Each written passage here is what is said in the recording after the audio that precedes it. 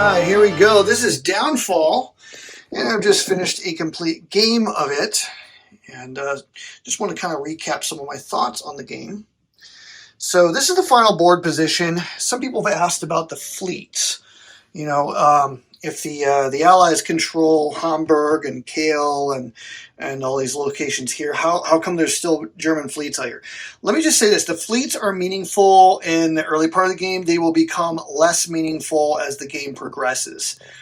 Basically, these are not going to have a whole lot of functionality late in the war. In fact, the late war scenario from D-Day on, you don't even use the fleet counters. So that's what's going on with that. There's a necessary level of abstraction in the game involving the naval component.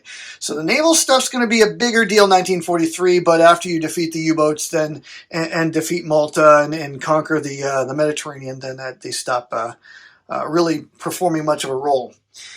What went wrong in here? This is a Western victory, by the way. The West they just captured Berlin and was able to manipulate the track a little bit to advance the next card over, which was going to be VE Day, and end the war with, whoever controls Berlin is going to get an extra VP, and then the game's going to end. So the game did not go the full 8th turn. So how did the West end up winning this game? Well, one of the things that happened is I invaded Holland in 1943, and that was kind of risky. I felt like a risky move, but because of the way the orders were stacked up on here and the way that things were positioned on the initiative track, I had a window of opportunity, it felt like, as the Allies to do something wildly ahistorical. I sacrificed I sacrificed Operation Husky in order to throw all my resources that I could into this invasion here. So I had a bunch of forces pre-positioned in the UK already, and so I used those and was able to secure Holland early. And the Germans that are facing the Western Allies, the dark-colored Germans, OKW, they could not respond to that fast enough because all of the resources were positioned to defend against Husky and were still bottled up even in Tunis. And so the whole thing actually worked amazingly well. I was able to, as I said, conquer the Netherlands and then move up to Bremen, Kiel, liberated Denmark, actually snuck our way into Norway. There's a whole lot of things that just went absolutely terrible for the Germans there. And by the time that they had forces to contain things, they ended up having to strip everything out of Italy, and that set up the situation. So Husky happens, and the Allies move up into Italy from the south, but they're facing minimal to no opposition. And so Italy does get knocked out of the war a little bit later than historic, and then ultimately they were able to link up across the Alps in the winter of 1944. A couple crazy things happen here around Marseille. You might be wondering, why is there Germans here? I thought Marseille was captured by the Allies. They did. They came up from Italy and then snuck in the back door, captured Paris basically from the south instead of from the north. The channel ports here ended up still being under the control of the Germans, I think, from Cherbourg around. And there was a substantial pocket of Germans in Antwerp and then south of Antwerp that ended up getting surrounded when the forces from Italy came around and bottled them up. So all that shows that this game system will allow for some experimentation. Now, how did that happen? Well, some of it was what you might call poor play. I did have a Festung unit positioned in Amsterdam to defend this particular beach, but I didn't have it at full strength, and that was a mistake on my part.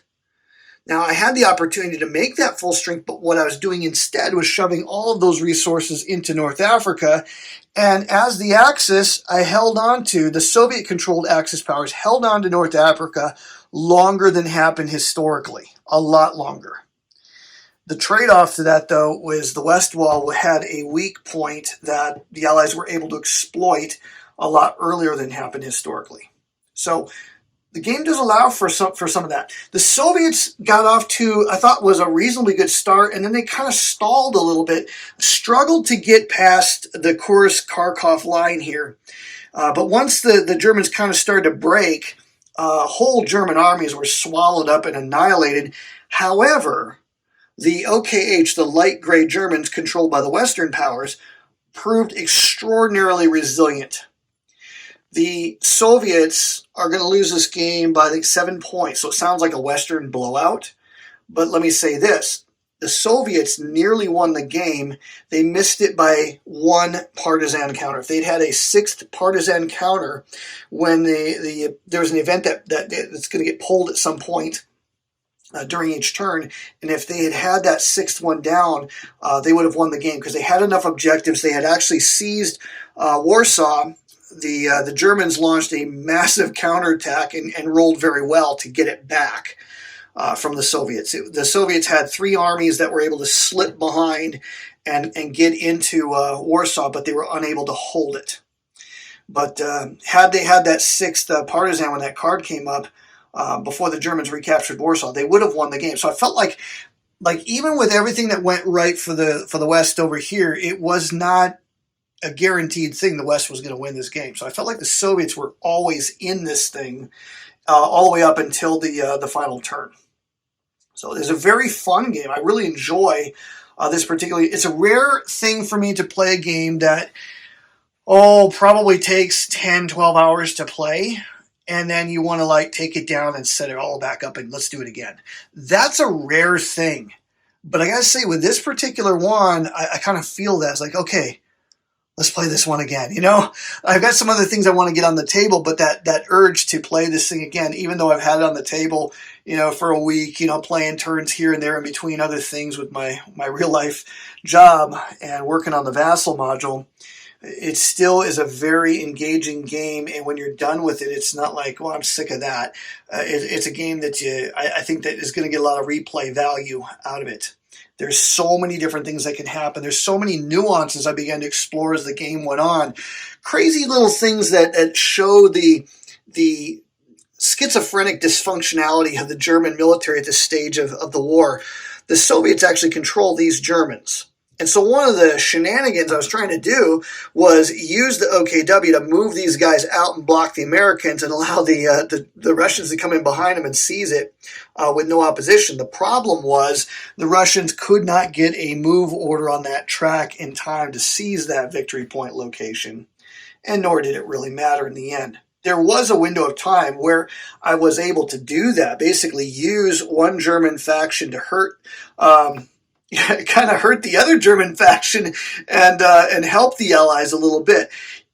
The cool thing that this game does that I don't know of any other game that can model is it shows that kind of dysfunctionality that produces effects that feel very much like the historic collapse and downfall of the Third Reich.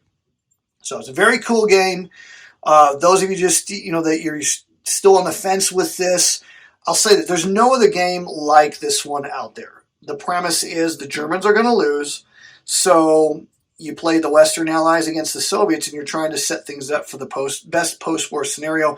And I feel like this one here, the map position, definitely shows we would have had a much different sort of a Cold War with a game-ending situation like this. So I'm Joel Tappan. This is Downfall from GMT Games. And boy, I think you might want to pick this one up before it's out of stock, because this one here, this is something special.